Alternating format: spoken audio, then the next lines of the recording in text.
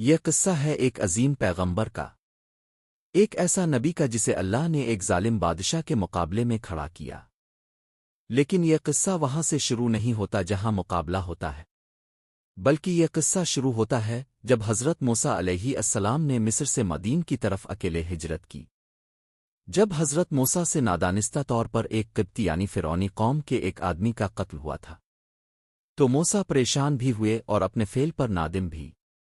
اسی دوران ایک شخص نے آ کر انہیں خبر دی کہ اے موسیٰ، سرداروں نے تم کو قتل کرنے کے فیصلہ کر لیا ہے، تم فوراً یہاں سے نکل جاؤ۔ حضرت موسیٰ نے بغیر کسی تیاری کے اور بغیر کسی ساتھی کے اللہ کا نام لے کر مصر سے نکلنے کا فیصلہ کیا اور اللہ سے دعا کی کہ اے میرے رب، مجھے ظالم قوم سے نجات دے۔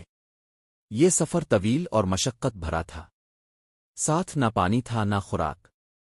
مفسرین کے مطابق حضرت موسیٰ نے کئی دن بغیر کچھ کھائے سفر جاری رکھا، یہاں تک کہ مدین کے قریب ایک کنویں پر پہنچے۔ وہاں انہوں نے دیکھا کہ لوگ اپنے جانوروں کو پانی پلا رہے ہیں، لیکن ایک طرف دو لڑکیاں اپنے جانور لیے کھڑی ہیں۔ حضرت موسیٰ نے پوچھا، تم دونوں یہاں کیوں کھڑی ہو؟ جواب ملا، ہمارے والد بوڑھے ہیں، ہم تب تک اپنے جانوروں کو پانی نہیں پلاتیں گے جب تک چرواہے ہٹ نہ جائیں۔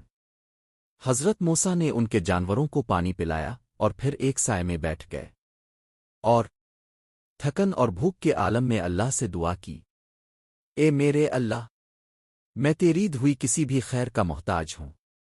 لڑکیوں نے جا کر اپنے والد حضرت شب کو تمام قصہ سنایا۔ حضرت شعیب ایک نیک دل اور صالح آدمی تھے، انہوں نے حضرت موسیٰ کو بلانے کو کہا۔ ایک بیٹی حضرت موسیٰ علیہ السلام کے پاس آئی اور کہا، ہمارے والد آپ کو بلاتے ہیں تاکہ وہ آپ کی مزدوری دے دیں۔ حضرت موسیٰ نے لڑکیوں کے والد حضرت شب سے ملاقات کی۔ حضرت شب نے انہیں اپنی بیٹی سے نکاح کا پیغام دیا اور کہا، تم 8 سال میرے پاس کام کرو اور اگر 10 کرو تو تمہاری مرضی۔ حضرت موسیٰ نے منظور کر لیا۔ پھر حضرت موسیٰ نے شعیب علیہ السلام کی بیٹی سے نکاح کے بعد 8 یا 10 سال مدین میں گزارے۔ یہ وقت عاجزی، محنت اور سادگی سے بھرا ہوا تھا۔ اپنی ذمہ داری پوری کرنے کے بعد حضرت موسیٰ علیہ السلام نے اپنے وطن مصر واپس جانے کا فیصلہ کیا تاکہ اپنے گے۔ جب حضرت موسیٰ اور ان کی اہلیہ پہاڑی علاقے میں پہنچے تو وہ راستہ بھٹک گئے۔ سردی شدید تھی، ان کی اہلیہ کو سردی اور تھکان محسوس ہو رہی تھی اور کہیں روشنی یا رہنمائی کا کوئی نشان نظر نہیں آ رہا تھا۔ اسی حالت میں اچانک حضرت موسیٰ علیہ السلام کو ایک سمت سے پہاڑ پر آگ دکھائی دی۔ انہوں نے اپنی اہلیہ سے کہا، تم یہاں ٹھہرو، میں نے ایک آگ دیکھی ہے، شاید وہاں سے کچھ رہنمائی یا آگ کے انگارے لے آؤں تاکہ تمہیں کچھ گرمی ملے۔ جب موسیٰ اس آگ کے قریب پہنچے تو ایک حیران رہ گئے۔ انہوں نے دیکھا کہ ایک درخت سے آگ نکل رہی ہے، مگر وہ درخت جل نہیں رہا ہے۔ یہ کوئی معمولی آگ نہ تھی، وہ نہایت پر نور، روشن اور عجیب آگ تھی۔ اسی وقت ایک غیبی آواز نے پکارا، اے موسیٰ، میں تیرا رب ہوں، اپنے جوتے اتار دے، بے شک تو مقدس وادی طاوا میں ہے۔ یوں اللہ تعالیٰ نے حضرت موسیٰ کو اپنی پہچان کروائی اور انہیں حکم دیا کہ ڈو نہیں اور اپنی نبوت اور رہنمائی کے مشن کے لیے تیار ہو جاؤ، اور پھر فرمایا، میں نے تجھے چان لیا ہے، لہٰذا جو کچھ وحی کی جا رہی ہے اسے سن۔